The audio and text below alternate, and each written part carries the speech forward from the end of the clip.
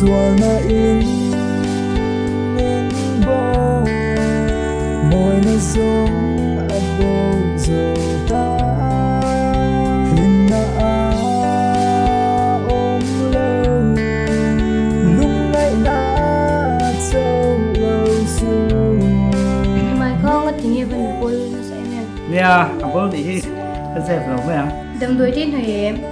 anh đâm đuôi ngay mà lâu cũng giống tật tật rồi có thể nó sẽ véo tụt lên chứ mà đâm đuôi trên đây có cái gì có sự đâm xe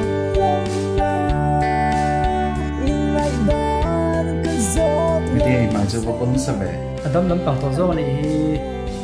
thì cái cái nó bớt bằng chân xe mày bớt xí nó về thì mà chứ vào cái này thì hàng tốt tổ là đâm cái gì ăn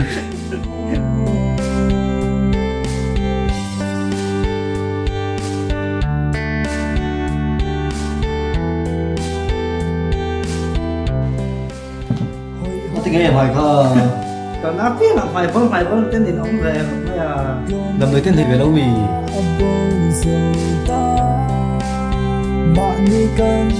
abo không lại ông về à đầm tuần thì ông díu đâu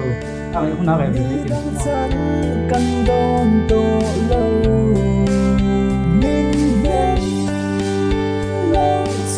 đi mai vẫn bul về thì tệ vẫn thao về ngay tiếng nghe hành thì tối tê cần chi ngang cần khóc mày à